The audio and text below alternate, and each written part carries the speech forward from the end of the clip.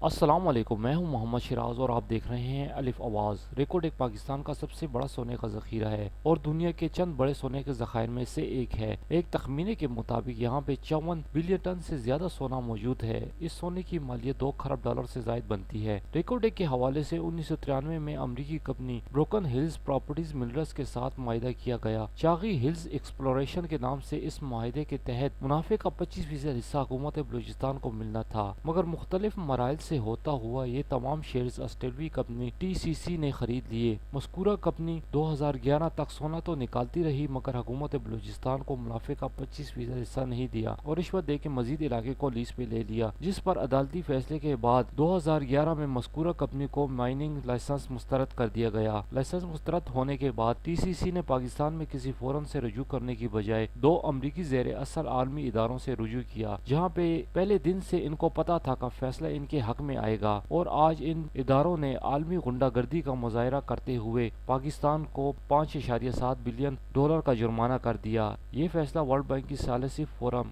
International Centre for Settlement of Investment Dispute ने दिया, जो वर्ल्ड बैंक का ज़ेरी इदारा है। यानी सख्त तरीन शराइत के बाद वर्ल्ड बैंक ने पाकिस्तान को 6 बिलियन डॉलर का कर्ज दिया और अब 5.7 बिलियन डॉलर वापस निकलवा रहा है। वाज़ेह रहे, इसी से मलेका इलाके सेंडक में एक चीनी कंपनी भी तांबा निकाल रही है। पता नहीं ये मुआहिदे करने वालों ने शहद पी के ये मुआहिदे किए थे या फिर कमीशन के लिए। अगर अब भी हुकूमत साबित कदमी दिखाए तो बहुत कुछ हो सकता है। जिस तरह ईरान ने अपने तेल के ज़खायर बरतानिया से वापस लिए थे, ऐसे पाकिस्तान को भी खुद को मजीद लुटने से बचाना होगा। अगर पाकिस्तान में फ्लाई ओवर्स और अंडरपासेस बनाने की बजाय पाकिस्तान ने खुद कानकनी की होती तो आज पाकिस्तान दूसरों को कर्ज दे रहा होता। अगर ये भी नहीं हो सकता था तो पाकिस्तानी कंपनियों को छोटे छोटे इलाके लीज पे दे दिए जाते। अगर यहाँ पर एक गैर मुल्की कंपनी काम कर रही है तो 100-200 मकामी कंपनियां काम कर रही होती। जो लोग शुगर मिल्स लगा सकते हैं वो माइनिंग भी कर सकते हैं। अगर और कुछ भी नहीं हो सकता था तो आम लोगों को इजाजत दे दी जाती कि वो यहाँ से सोना निकालें। लोग एक कढ़ाई में छान कर भी सोना निकाल लेते हैं। इससे हुकूमत को इससे ज्यादा फायदा होता जो अब गैर मुल्की कंपनी हुकूमत को फायदा पहुंचा रही है। यहाँ पर देसी लिबरल्स से भी पूछना चाहिए, अब क्यों जुबान सी रखी है?